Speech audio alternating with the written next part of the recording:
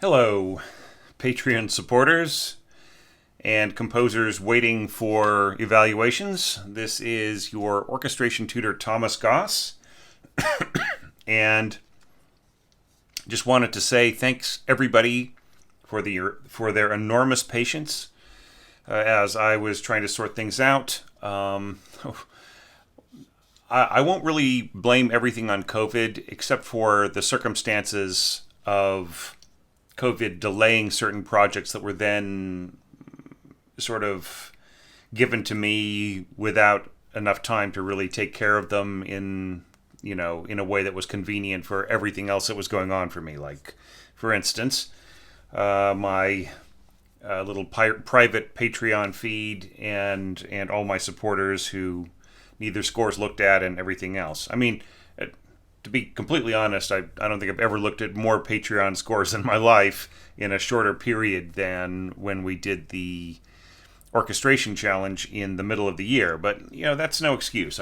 I could have been a little bit a little bit faster bringing these to you, but I really wanted to wait until I had just the optimum level of focus and attention. I didn't want to slop through anything, and so here we are at the end of the year with some scores that have accumulated over the past few months.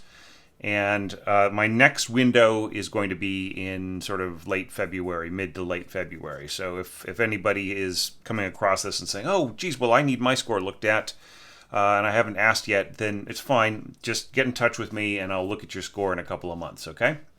So starting off with Julianne's lovely score here, Aerialist, which is an excerpt from her greater score, Street Circus. Okay, so the first thing that I would say, Julianne, is that I feel this entire section of score needs to be rethought in terms of meter. I think that you need to double the note values and have the bars. Okay? So I see what you're trying to do here. Ba da 2 3 4 1 2 3 4 and 1 2. I get that beautiful slow line that you really feel that is where the meter is. However, getting into this figuration and even smaller note value figurations later on, I feel that the players who are playing those little rhythms are going to need more elbows from the conductor. Okay, they're going to need to feel where the beat is in between the beat, right? And I think that it won't hurt the beautiful, slow, solemn nature of your melody at all to have the conductor beating 1 2 3 4.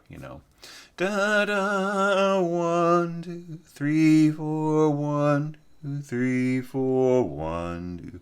You know what I'm saying? It won't hurt it for these to be bars of half notes, split in half. Ba da ba ba ba, 1E and a, or like whether you are going 1E and a 2 and, or you're going 1 and 2 and 3 and 4, right? I think that the second option is just a little bit. It's more hands-on for the conductor, right? They'll be able to control all of these little counter rhythms and all of these little these cool little grooves that you're setting down behind the music. And, just so long as the players are, the nature of the music really sort of shows us, right, where we should be. So, just change this from lento to andantino, right? Andantino,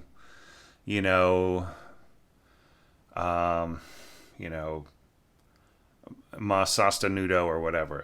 Just something where the some indication that you really do want the long, stretchy, beautiful feeling, but at the same time the beat is moving forward, not quite so slowly. Okay, so just analyzing the orchestration here, there's totally nothing wrong, except I would mark the harp mezzo forte, right? Mezzo forte to piano cantabile. And if there are no other players' parts in this bar, then just dispense with the two-part writing here. Just have, get rid of these second voice rests and just have, put the dynamic on the bottom and everything else, right? We're telling the copyist and the conductor that this is player number 1, and there are no competing parts. So you don't need to have number 1 plus the rest. In fact, that is somewhat redundant, right? You could get away, were this only 2 instruments per staff, you could get away with just with leaving out the number, right? And then we would understand immediately that this was the first player on top, if you were indeed to have that kind of approach in your entrance. right? So don't do both. Do the first one. Indicate number 1, no second voice rest. Hang on, I'm just going to grab something.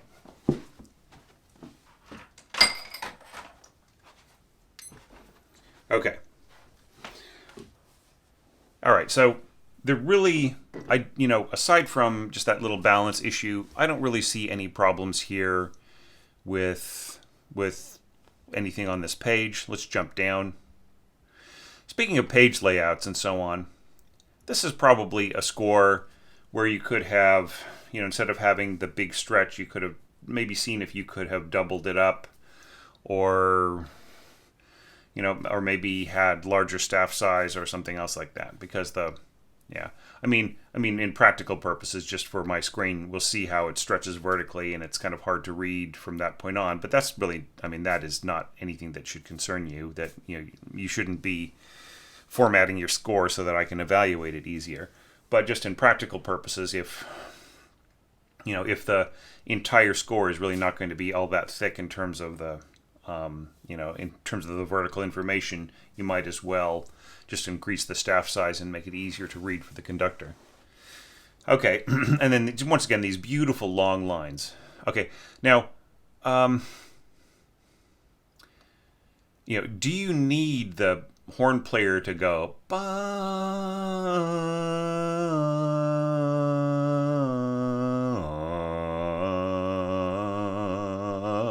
I'm already running out of breath, right? So this is essentially a phrase mark. This isn't, at the tempo that you have indicated, this is not necessarily a rational breathing mark, right? So what you need to do is figure out where you want the player to enunciate something slightly. So I would say slur, slur, and then let them take a breath here, it's a really good place for a wind player or a brass player to take a breath, is just before the second half of a dotted rhythm, right? Da, da, da. You know what I'm saying? That it just works better. That is, that happens in Bach a lot as well, because Bach doesn't really give the players a lot of places to breathe. I once asked a professional flutist about it, and she said, Bach is a bastard. That is all. Of course, she loved playing him, but in terms of trying to find a place to catch a breath. So you could do the same thing here. To get a beautiful richness from this chalumeau register and rising upwards, you could slur up to here and then, continue on and let the player breathe right in here. All right, so I would say, just in terms of your slurring, do not slur longer than 2 bars, and if you can possibly, which would be 4 bars at double the tempo, right, as I'm recommending. This harp scoring is all right. I know that these are all like offset rhythms, and I like what you're doing with these other beaming. So maybe you could beam that as well, right? So this could be 1, E, and 2, and, right? With just the beams in the middle like you've got here. Because that kind of division, it really illustrates to the harpist where all of the pitches sit, right? Okay. Yeah, so the string scoring, it's all very simple. It's all very direct. I don't really see anything that doesn't work so far. And by the way, I've looked at this piece a few times, but yeah, I think there are 1 or 2 spots that I want to comment on. Hang on, let me jump over to here. Okay, so going on, nice opportunities for breathing. I'm not so sure that you need to trade off from player to player. You could have this whole lower clarinet part played by the second, and then the first coming in and playing the da da da da da, that kind of rhythm. later on. Yeah. Um, so crescendo to F sharp here. This F sharp is going to come through really, really strongly, right? I mean, even with the player playing soft and everything else, the penetration of the sound, the projection of the sound is going to have some force, right? And it's at exactly the same time that harp is playing. You have very soft strings, and you have your clarinet going diminuendo to piano, right? So at this point, the clarinet is going to more or less disappear. So, I mean, there's kind of nothing you can do about it. It's just a note that is going to be brighter than everything else, right? But and there'll be a little clarinet in there, but it just will not be all that prominent. Okay. Yeah. So, yeah, maybe music engraving tips could help you with these. I don't know if this is Dorico or Finale, but maybe you could get a little bit of help with these kind of pushing forwards kinds of slurs. Yeah, I don't even think you need to do this kind of thing. With the slurs, I think you just put one big old slur over everything, right? Just think in terms of phrases, because they're, with the harp's natural sostenuto, there's kind of no way to have much of a meaning for these slurs going, crossing, doing staff crossing. Yeah, I just don't see the use in it, right? So just have one nice long slur mark, and you'll be all right. All right, and then some nice low horn right in here. This is really beautifully scored, by the way. Just I don't have any big problems with balance or anything right in here. This is nice. Now right here you got a unison with your F horn playing a sounding D and your A horn. That actually doesn't that sound like a curse? You A horn, or your A clarinet, playing the same note, doubling. So yeah, so you're trying to balance the two, and that's wise. Okay, I feel that will be a nice mixed color, be really nice, and then of course, that is just doubling the cello right in here, which will blend the two together nicely. So yeah, you're making some nice decisions right in here. And then of course, right in here we've got a sounding B fifth, and that is meant to sort of interlace with some of the elements we've got here. So sounding B fifth, you can hear my cat meowing at the door. And then here we've got the B, here we've got D sharp, and then A. So you're kind of interlacing the strings with the horns. I would say probably it would be a good idea to, rather than just doubling this F sharp here, this written F sharp, or actually, sorry. Instead of doubling this sounding F sharp, the top note, with the clarinet, I would say it would be better to try to double some of the other pitches right in here, especially the seventh, right, from your second violins, right? Even if what you could do is you could put your second violin doubling the viola, and then you could just have your first violin come in and play unison, but pianissimo, and then this would balance with the horns sitting right in the middle there.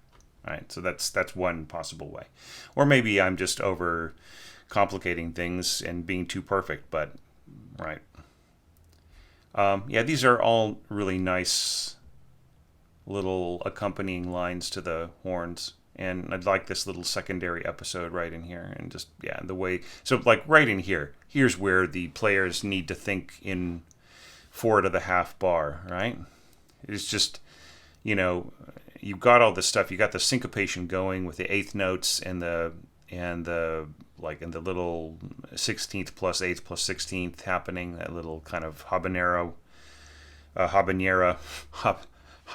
That's a type of pepper. Habanera rhythm, right? Okay, so let's jump ahead to the second half here. Yeah, so pardon me, but I'm going to just keep the page large, but just look at parts of the page just so it's more readable. Because also the staff size is pretty small, right? So, yeah. So generally speaking, you don't need to say English horn in F, right? Because we know it's in F, right? There are no English horns in any other tuning. So yeah, so it's it's all good. And you have this cool little bits and pieces of doubling, right? With the second oboe and the English horn, right? And the clarinet, I guess that would be tripling on that little habanera rhythm. I keep on saying, I'm just thinking of food. Let's face it. It's the holidays are almost here, and I'm just thinking of cooking tons of food for. Wish I could invite you all over for my Christmas dinner tomorrow. I'm making everything myself from scratch. 2 turkeys because I couldn't find one big one, so I got 2 smaller ones. 2 turkeys with stuffing, mashed potatoes, broccoli au gratin, which is one of my specialties, and buttermilk biscuits and gravy, and the whole 9 yards. I wish I could invite you all over. Everybody who is getting evaluated in these videos here today. Okay. Yeah, a little touch of bass clarinet in there. I mean, really nice woodwind writing. See, right in here is where I start to really think, like, you've got the staccato bass clarinet thing happening here, and you've got 30-second notes right in here, and yet the tempo is very slow, and yet the players are going to need to know where the middle of the beat is, right? Just to come in more precisely. So I really feel that you might even end up with a situation where the conductor is just saying, I'm going to conduct in double time here, so that the players can feel where those syncopations are hitting. So you might even get that. So if that is what the conductor says, then my advice rings true, is all I can say. This is a little difficult. I mean, C sharp at piano, it's not so bad. Yeah, I mean, and you don't really have any really delicate textures that are hanging on this C sharp right in here. But yeah, I mean, you got the trombone right underneath this right in here. So yeah. All right, and then these cool little, once again, if this were just double the rhythms here, right? The rhythmic values, and cut the bar in half, and you see we've got 1/8, 2/16, right? 2/8, and then I would say leave this a quarter note, and then just have a quarter rest after it, and then it just makes a whole lot more sense. And so does this, right? You have a quarter. I would say have an 1/8 followed by, like, not a dotted quarter note, but just have 2/8 in a row and then a rest, because like there's no real need to make this hang over, right? Okay, and there's a little bit of harp here. Good balancing, forte against the mezzo piano, right? Yeah, and really nice trombone writing in there. Very cool. It really supports what's going on here in your strings. Yeah. Yeah, and nice. And this is the way to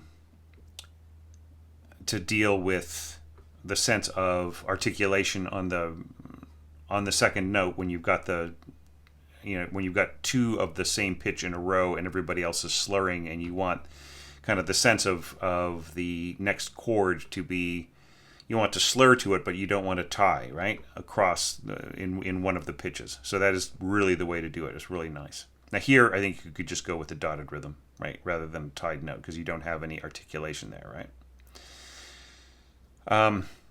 And I would say you could probably you're trying to give the player time to get to this pizzicato, and they may even just stop after like going a 16th notes value into the next beat. Of course, just change double the rhythm, and you've got a half note tied to a quarter note, which you could just go half note tied to eighth, and then you've got much more time for the player to get ready to play this last, what will now be an eighth note, right? Okay. I'm just going to sort of maximize this. Go to the next page. You can hear my poor kitty. He's just cannot understand why I'm not letting him in. Okay, so yeah, just and once again, things getting sort of intricate in terms of these. Yeah, I mean, just so much easier to conduct this. Double the note values, half the bars in 4, right? So halving the bar in 4. Yeah, and especially right in here, this is all kind of confusing, right? You're just find a different way to express this kind of thing right in here, like dotted 16th going to a 16th plus a so it just doesn't really make as much sense to the musician, right? So that will all be clarified with double the note values. Okay. And you can still have your wonderful sense of solemnity. It's written in this. It's not going to be hurt by the conductor conducting double time, because even double time of what that was is just not that fast, anyways, right?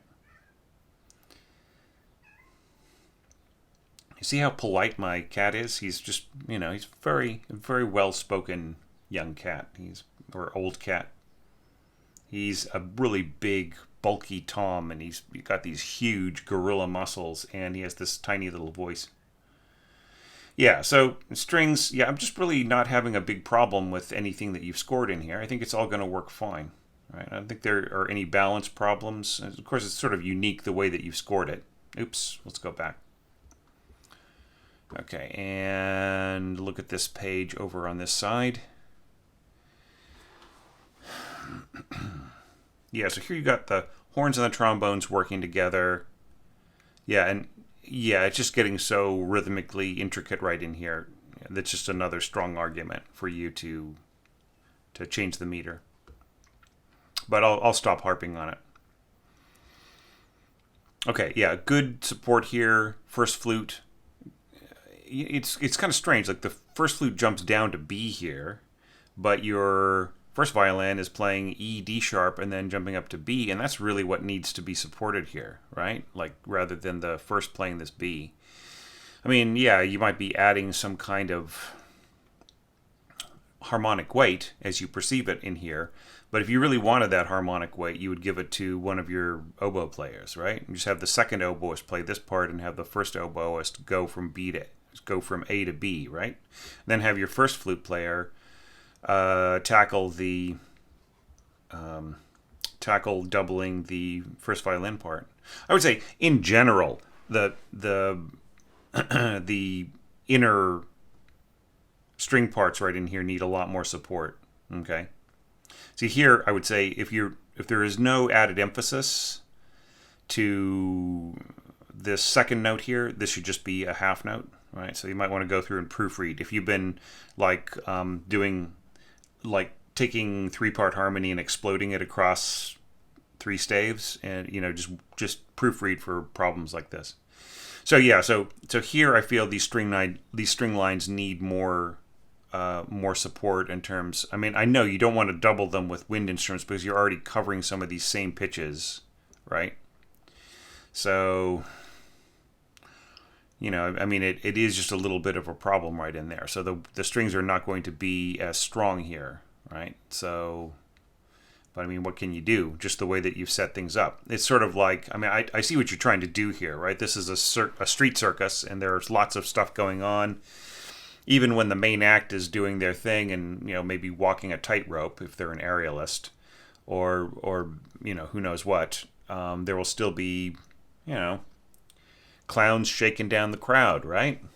Doing little juggling and silly tricks and everything else. And there's also the noise of the crowd, too. I see what you're trying to do in terms of capturing that. But there just really is a lot going on here. So just some of the sense of harmony right in here with your strings is going to get lost, right?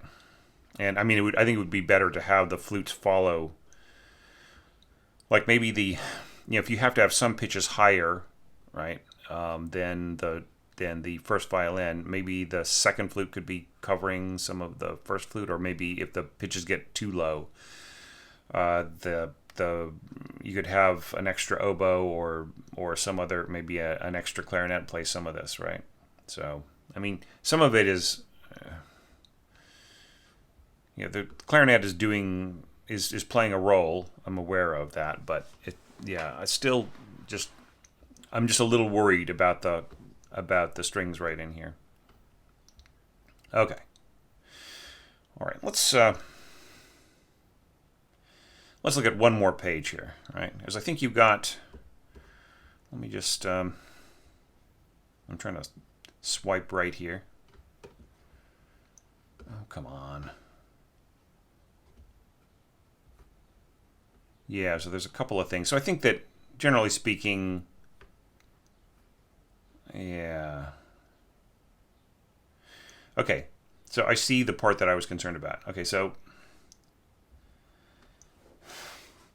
this is actually going fairly slow, right? We've got a very slow tempo.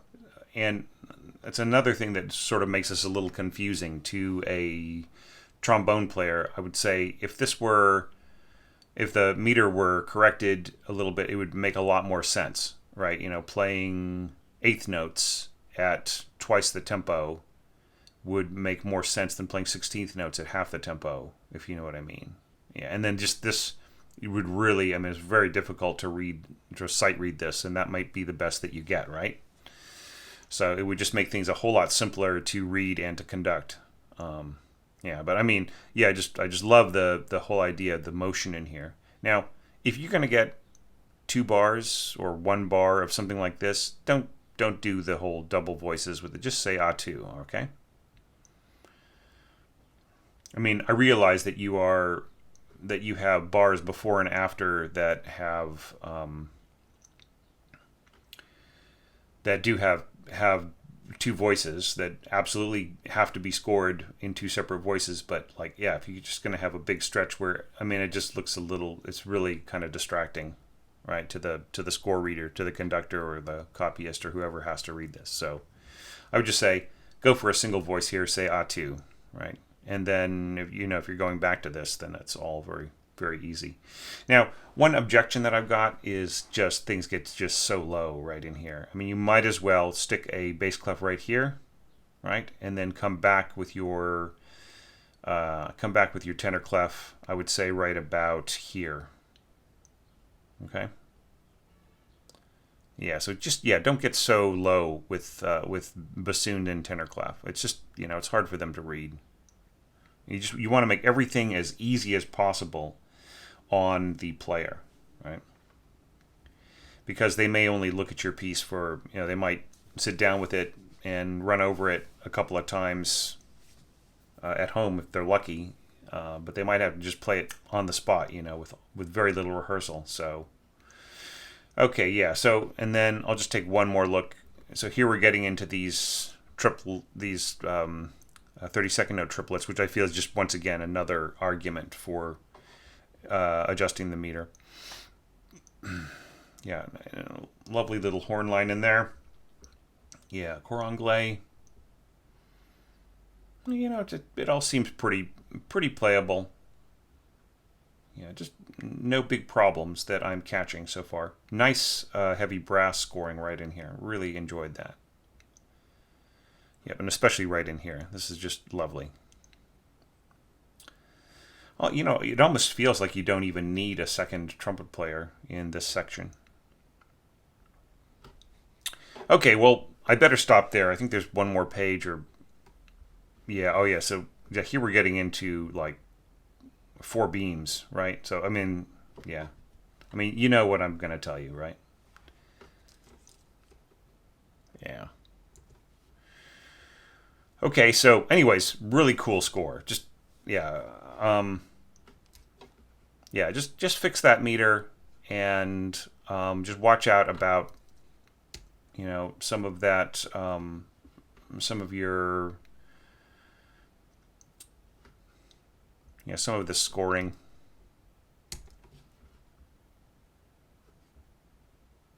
Yeah, I just don't use tenor clef on bassoon if things are pretty much in the bass clef. Is what I would say. This could all be bass clef scoring. Doesn't really need to be tenor clef. I mean, the overall vision of the passage being as a tenor register voice, that's one thing. But like I would say, think in terms of like passages rather than massive sections when you are like assigning an alternate clef.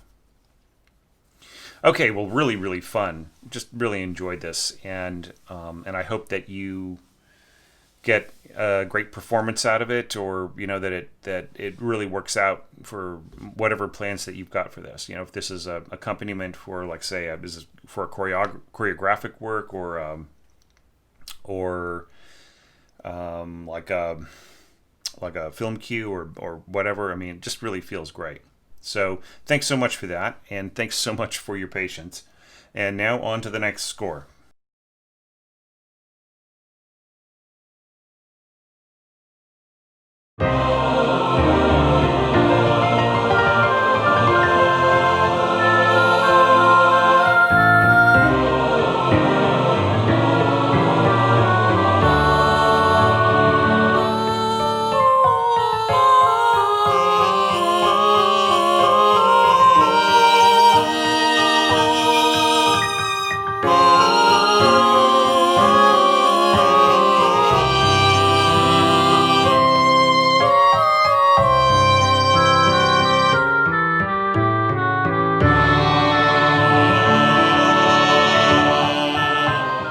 Now let's take a look at Geir's piece. And Geir, once again, as I'll probably be saying to most people, apologies for the wait.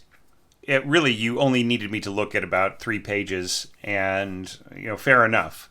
I feel like I'm contributing my help to your chamber opera here, which I don't know if you intend to orchestrate, but I almost feel like I wish you would come at me with orchestrated pages of this. Maybe this is just intended to be a chamber opera. You're not going to orchestrate it or anything, but boy, I would just really love to see you orchestrate some of these bars. You know what I mean? Even if it was just like as a like an experiment, or just to kind of check with me how good your orchestration skills were going before you launched into doing the whole thing yourself and so on. So anyways, yeah, but last time you had me evaluate a chamber score, I really was just giving you more tips on some basic notation, dynamics, and some other things like that. So, in terms of like the vocal placement here for the choir, it's all fine. That's a pretty low F sharp down there, but it's definitely, if you have some good bassos, they'll be able to sing these F sharps and F naturals and so on with no problem. I can sing all the way down to, I think, a B or a C, something like that. But of course, it's not the big full voice of a trained basso. Yeah, the tenor stuff is good. It's nicely placed. Good soprano. Yeah, nice alto line right in there. So that's all good. Now here you use a jazz articulation, like sort of like a scoop, which I don't think that your soprano is going to be reading. So I would say probably just write in some text, a poco portamento, right? So they'll know to go right? Rather, obviously, like putting a line from one pitch to the other in Sibelius, you get the playback of you get that sort of, that kind of siren effect. And really what you want is just a touch of portamento, and perhaps you were getting that with your patches, or if you had a different sound set than Note Performer or the Sibelius sound set. So, and the oboe scoring is fine. And the piano scoring, I just look at it and I say, wow, I would like to see this interpreted by strings and, maybe doubling this line with flute and first violin and some harp in there. And, oh, geez, I feel wasted, right? I feel like what I could offer you is wasted because I'm not, you're not giving me enough yet, right? But who knows? I mean, maybe this will be the big hit of the season in 2 or 3 years. The next big opera that is done in your hometown. But yeah, but just really enjoyable. I mean, it's very lovely lyrical scoring. Yeah, and yeah, the lyrics are cool. I took a look at the rest of the score going up to here, and it just seems like a real, a real entertaining, I don't know if fun is the word. If I say fun, I don't want you to think that I am putting it down, that's saying, oh, it's just a fun piece. But I mean, I think that if people went to go see this, they would really enjoy it. So, yeah, very cool. And, possibly consider making like an English translation or, like a version that's in English or a version that's maybe in Italian or French. Just thinking of good opera languages. German, maybe, might be the easiest to adapt. So yeah, so there's nothing about these 4 bars that is all that strange. Okay, and then, here we're getting into some fairly high violin, and it's all very beautiful. Now, see, right in here, remember I was telling you, hey, why don't you put in some more nuances? And I would think I was recommending it more for your singers, and definitely there are places here where there could be more nuances, more dynamic nuances. But really, I mean, it just feels like this violin line is very bare, like you're not really telling the violinist what to do, right? And then here you come in with this oboe entrance, and there's no dynamic marked at all, right? So, yeah, so I just think the dynamics need a little bit of cleaning up. Here you've got this, yeah, da-da-da-da. And I think at the tempo that you're going here, this could all be under one bow, right? This could be ya, da, da, and then, so down, up, and then here you could go down, up, down, and then, yeah, and then right here, up, down. Yeah, I mean, it could all work out fine. You might find that the concertmaster will put a single bow over the second half of this bar, just so that they can get a nice long down bow. And then here, I would assume, it's hard to tell because there are no dynamics in the piano part, so I can't really tell. We have some what we might call just terrace dynamics or blank dynamics in our vocal parts, right? So I can't really tell like what is the stress of the line. There's some pretty obvious things in here where you could have, well, whenever the music goes up, we could crescendo, right? But I mean that's all so obvious, right? So you have to tell, and especially coming to the end here, right? You have to really make that decision to mark some kind of dynamic, especially picking up at L. You've got it marked for your oboist and violinist, but like not for your piano player, right? I kind of wonder whether or not there shouldn't be some sort of diminuendo, right? Or are you crescendoing to this point, like, hey, I am going to make a point here. Here you have mixtures of long and short fermata marks. That is not what you need, right? So I would say every staff needs a fermata mark. You need a fermata mark over this chord. You could, if you really want to be thorough about it, you could have a fermata under the second voice. And then you're sort of telling us which pitches are going to be longer, right? So it really is the eighth right in here, right? So here's what I would suggest is having a dotted quarter note with just a regular fermata mark over it, tied to dotted quarter note plus a whole note, just like we've got here, right? So just have the same exact end of the tie, but the beginning of the tie, dotted quarter note with a fermata over it. And then you could do the same thing with this chord, fermata over the chord, and then that way the people, like the players and the singers, can see, okay, and then the tempo starts up again after the hold on the second beat, right? So you should have second beats all the way through here that don't have fermatas over them, right? Because it's just a little, and also whenever you use the, you know, the kind of Chinese hat or Vietnamese hat kind of fermata, then it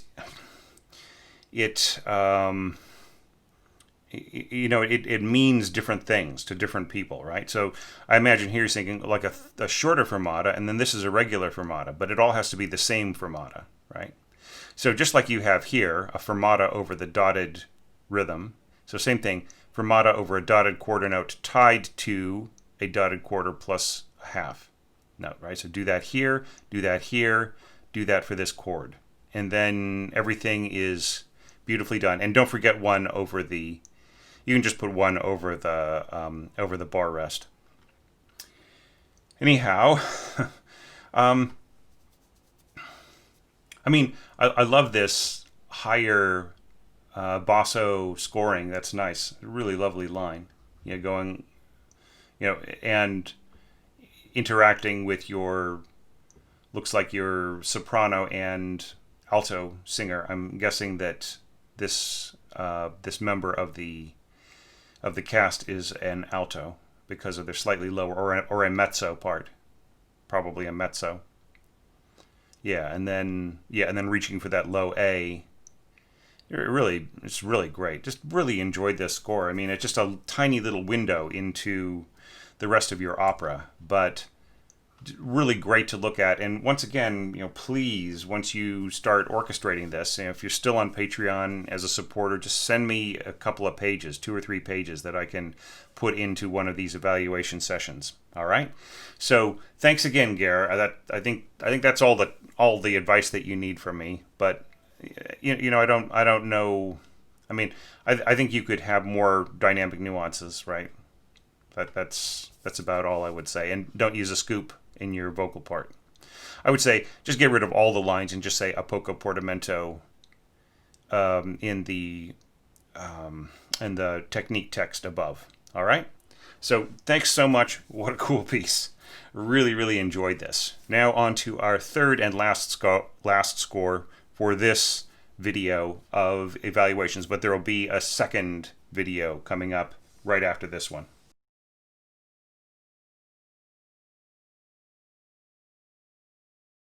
Our last piece for this collection of evaluations, but not for this round. I'll be doing another video, probably coming out in a few hours,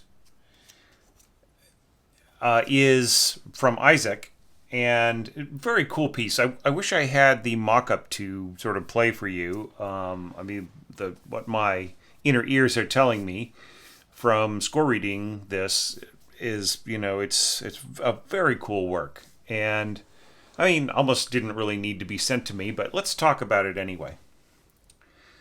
I really like how the clarinets interlock with the bassoons here. There's something sort of Brahmsian about it, although of course Brahms stacked his clarinets and his bassoons on top of each other in harmony. So we get the kind of blended sound of the two groups of instruments.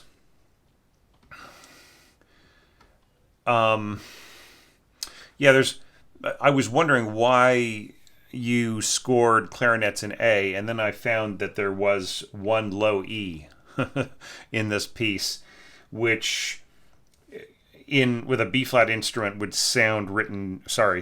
be sounding D, but written low E in the A clarinet is a C sharp. So I guess if you need that low C sharp, yeah, you know, I mean, it doesn't really matter that much to the players, so long as their fingering isn't too weird. But anyways, we will cross that bridge when we get there. Okay, so yeah, just kind of nice pulsing harmony in the background, and then we get this lovely solo violin passage right in here. So yeah, that will just very easy to hear over that kind of accompaniment. There really is no conflict or balance problem there. Okay, and moving on, we've got the we've got the oboe picking up that same idea, and we've got some low flutes and horns here. Okay, so just a slight concern that I would have here, and that would be that no matter how you try to stack this, the horns will definitely be outplaying the flutes, right? And then you have mezzo piano dolce with the oboe. I would say, I mean, it's just such a tricky thing to stack horns in such close proximity to low flutes. I mean, I would rather that you scored up to here with clarinets under the flutes, and then had the horn dovetail, like right here, have the first horn solo dovetail back into it, right? But I mean, you've got this low oboe solo, almost as more of an English horn solo. I mean, the low C sharp will be controllable with a good player, but not. I mean, a little more elegant on English horn than it would be on oboe. It's just a little kind of fat and a little maybe slightly coarse. It can be eloquent, but yeah, But anyways, the big problem once again is that we've got this flute playing G sharp and C sharp, and then down a third from this G sharp, we've got the top note of sounding E, and then below that sounding B, right? So I mean, it's a cool chord.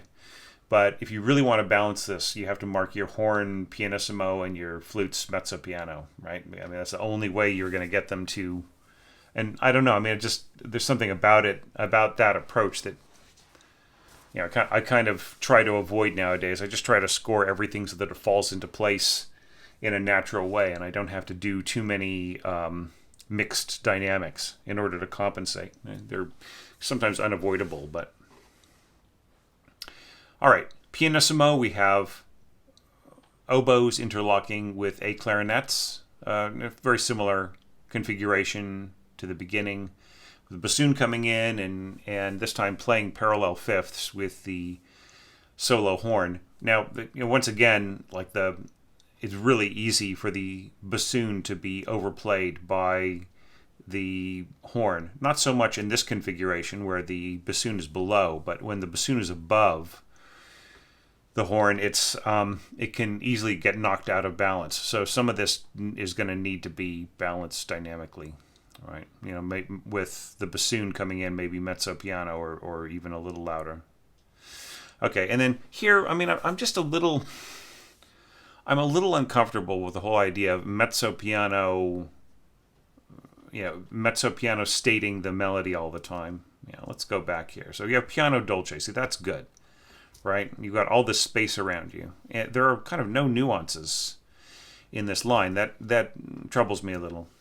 And same thing with here, we're not really telling the players what to do very much. Now here you do, like bassoons and horns. They kind of breathe into their line. They play into their line a little bit. And there's a touch of nuance here. But yeah, generally speaking, it's a little... Yeah, I mean... It's not really featureless, but there really could be a lot more going on. But I'm just a little troubled at persistent mezzo piano being the dynamic of the featured line. Now I find the strings right in here quite intriguing, and I mean, I see what you're trying to do here by mixing down the divisi violins, sort of interacting in similar ways to these interlocking sixths. I'm just not so sure about the need for them to be, this to be piano and that to be mezzo piano and so on and so forth. I just kind of wonder if they could all be piano espressivo, or piano. Yeah, maybe this approach with the dynamics works better with your playback, or maybe you don't use playback as a reference at all. But anyway, I mean, it is more modernist orchestration that that works with some of these, like really really kind of treats the dynamics as a kind of a thermometer, and a little bit mixed and so on and so forth. But yeah, I mean, and then here you go from mezzo piano to mezzo forte. Yeah, and then like you want the cellos to be bigger, or excuse me, the violas to be bigger, and then the double basses coming in, and this kind of flare right here from the trumpet. Yeah, so just everything is all a bunch of different dynamics right in here. So I'm just a little uneasy about that. Okay, I like the interlocking bassoons with oboes. That's going to be a beautiful, rich, reedy sound. Okay, yeah, and this, like these pulses right in here, these dynamic pulses. Yeah, that's really, really cool scoring. Not so sure how that will work with the second violins, but I mean, it should kind of work. It's interesting that you've got this harmony going right in here between the second clarinet and the second violins, but then this just kind of becomes its own line. And then, tenuto flute coming above that. We've got the same idea of interlocking intervals, divisi, tremolo, mezzo piano. Yeah, I mean, I guess it works. I'm just a little, my own personal concern. I mean, I just wonder if a lot of this could just be done with just with espressivo and with hairpins and so on and so forth, rather than just so many different individual markings, that are different from instrument to instrument. Certainly this unmuted trumpet melody right here will definitely just really overwhelm everything else that's going on there. Just like the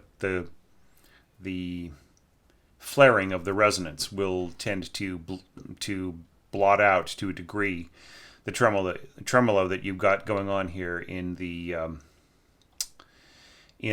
second violins, especially going all the way up to A, right? Let me just check something really quick. Yeah, B flat trumpets. Yeah, exactly. So, yeah, that's going to be a big note, and it's really going to sort of take over these G's up here. All right. Yeah, okay. So, and then kind of back to the whole idea of clarinet, sort of, and the rising bassoons. So many great ideas in this.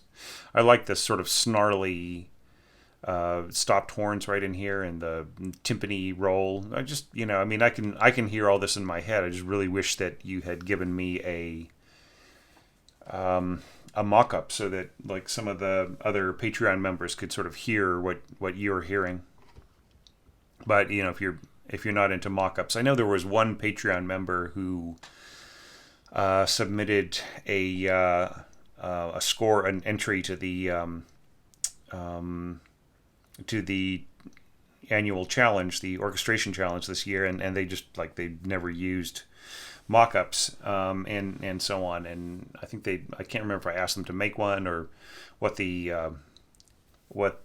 final solution was on that. But I mean, it I don't really need them, but sometimes they actually do help. Like for instance, say that you had given me a score and I couldn't really tell just because of the way that some pitches worked together and didn't work together, and some strange markings in the key signatures and so on. I couldn't tell whether or not it was a transposing score or a C score, right? And in which case, if I had the mock-up as a reference, I could have a quick listen and say, oh yeah, right, so this is transposing.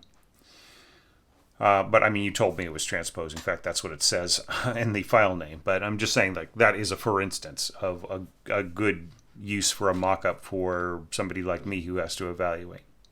Okay, and then here you go to these beautiful strings right in here. Just so nice. Yeah, nothing, there's no problems here. All right, and then this lovely line kind of breaking out from the firsts. Now here you have sort of this on again, off again doubling with the flutes, right? It's like some pitches are doubled and some aren't. I mean, I don't see why the first can't double this A right here, right? They can sneak a breath right in here. I would recommend avoiding, yeah, I would actually rather, like, as a string player, I would really rather read this, either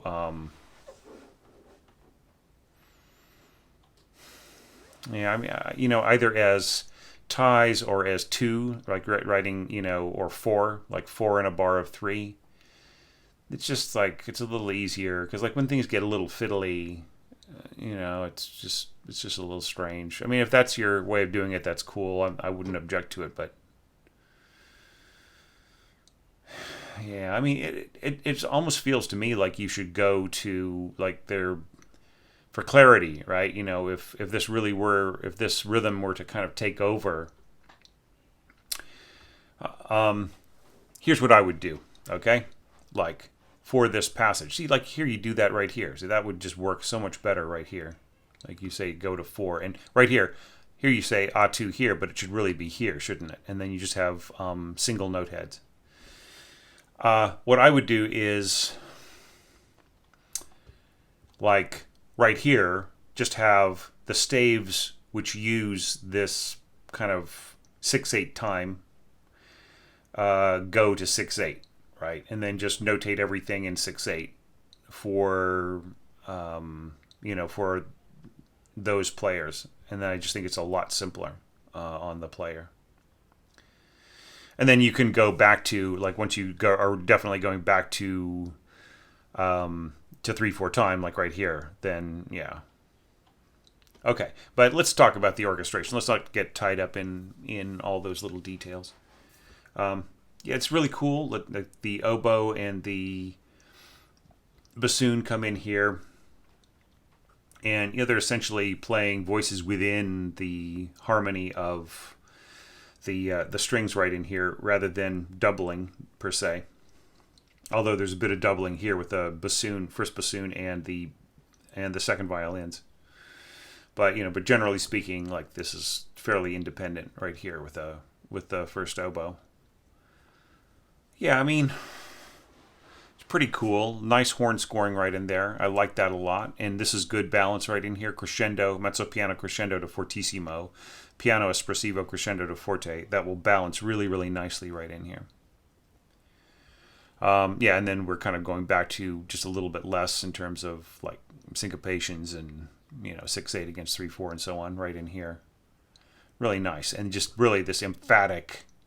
So I mean, I don't understand why we've got octave string doubling in here, and just, like, intense support on that top line, and then here we got the octaves walking up, and there isn't,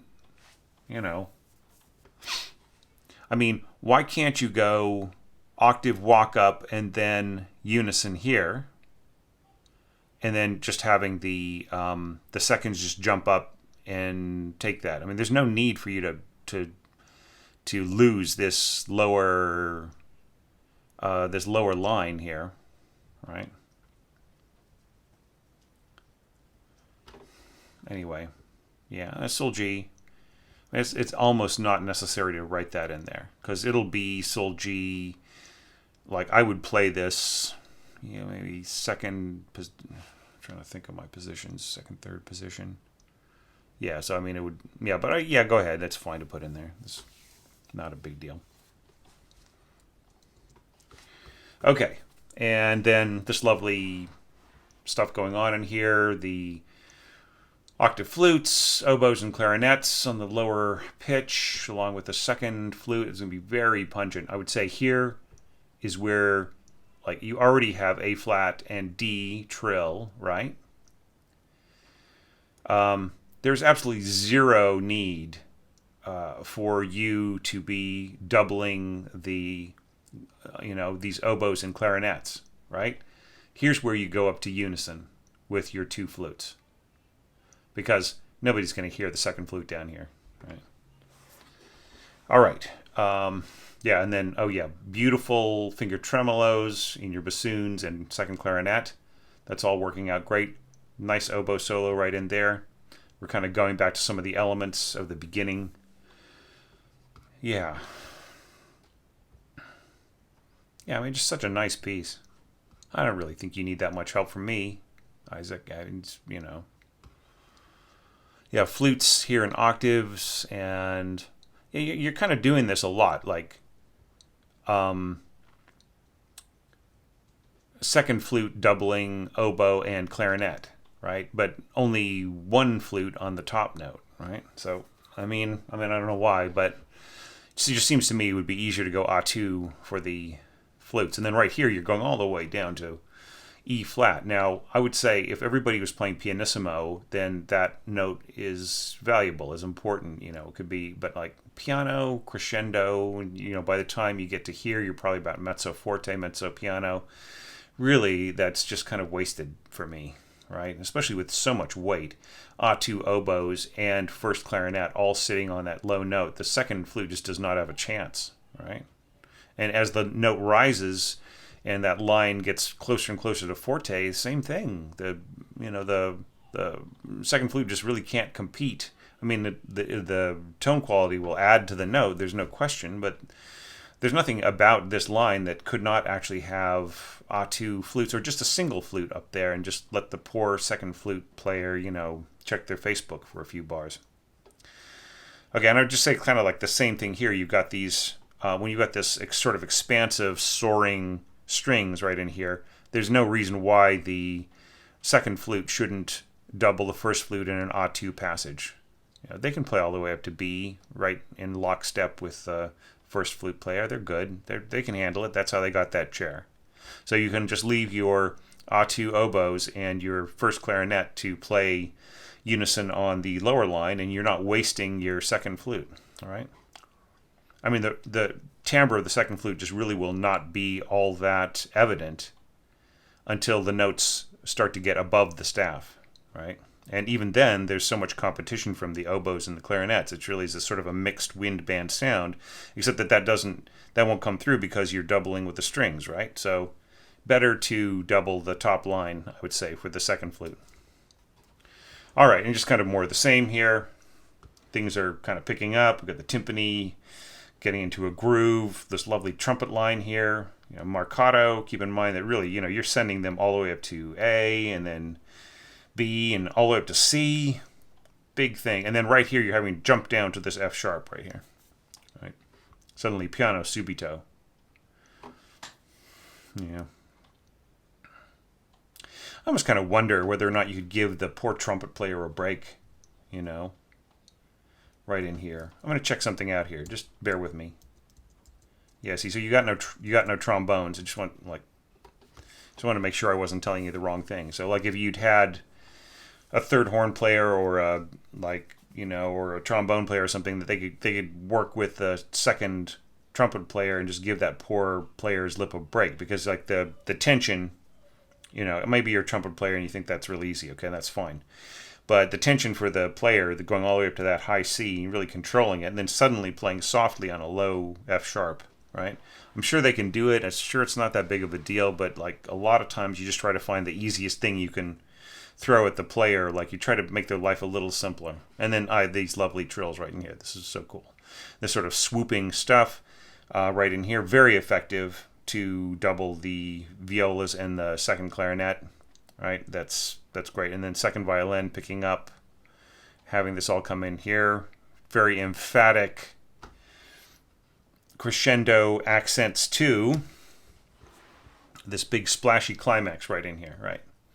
So yeah, and once again, like A2 oboes plus clarinet plus second flute with just a single flute on this high, there's nothing keeping you from going A2 on the flutes up there. Seriously. And this is really lovely, this swoop right in here. Yeah, look, you're not really doing anything wrong. You know what I mean? I'm not going to say, hey, what do you need my help for? I think you're doing a lot of stuff that's right in here. Yeah, see, I don't know if I would go... I would say you could slur up to A, but this is just a little difficult going G sharp, A, slur down to C sharp, right? I think it would be easier to go just to take away the slur, right? And then ba ba ba. And then here you could slur from here to there, right? Da da. But don't necessarily follow the same pitches as, or the same slurring as the cellos, right? You probably find them maybe dropping the slur anyway. Yeah. Okay, yeah, and then this sort of tailing off right in here. Poco poco sul tasto. So for everybody who doesn't realize what that is, it's just essentially the player, as they bow, they get their bow just kind of gets closer and closer to the fingerboard as they bow. So that's very, very kind of soft and chesty right in here. Love the interlocking violas, which are essentially being doubled by the horns and the the clarinets. And yeah, so you're going pianissimo to triple P here. And then you've got the same dynamics for the horns. Yeah, I mean, couldn't you just go down, couldn't you have everybody go down to piano here in the strings and everybody else go down to pianissimo? Right? And then piano to triple P here and pianissimo to triple P. And I just feel you get a much better blend here with the violas and the winds and brass. Okay, and lovely cello soli. It's just really, really nice. So such beautiful scoring right in there. And then 3 soli and the gli altri, as they say, for the rest. Yeah, and then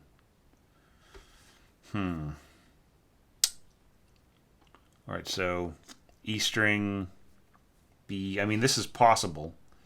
The player just needs a little bit of time. You're giving them a couple of bars to set their finger. It's going to be pretty high, but they can do this glissando down to the G on the E string.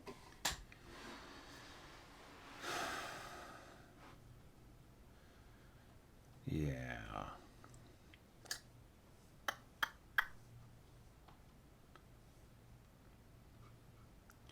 Okay. Yeah, nice. And then the winds come in and kind of answer. Winds and the horns. Yeah, so I mean, it's a really cool piece. I'm really glad that you showed it to me, Isaac. It's not like there was a ton of things wrong with this, but I'm sure you just wanted a little feedback and, maybe another voice checking this and that in case you had maybe forgotten something or left out a detail or wanted a little feedback and just really excellent work. I mean, I really enjoyed looking at this, and once again, I wish I could play what I'm hearing in my head for the by looking at these pages for the other Patreon members who are curious about your work. So it's just excellent. I just really enjoyed looking at this, and I hope there's something in what I said that would be useful to you, other than just basically telling you that you got pretty much most things right that I could possibly think of. So great work. I'm just really glad to have you and the other Patreon members who submitted scores as supporters. Just think people have got such great ideas and are applying themselves so wonderfully and so talented. It's such a pleasure for me to get into that space where I'm the coach again and where I'm looking over things. I'm helping people get ready for their, for what they need to do. Yeah, kind of a long slur on this. Maybe cut down, check your slurs in some of your string writing. Make sure that they're not, they don't cover bars and bars and bars of stuff. That they don't become phrase marks. But, in general, you don't do that too often. So great work, Isaac, and there will be another evaluations video coming within a few hours, I think.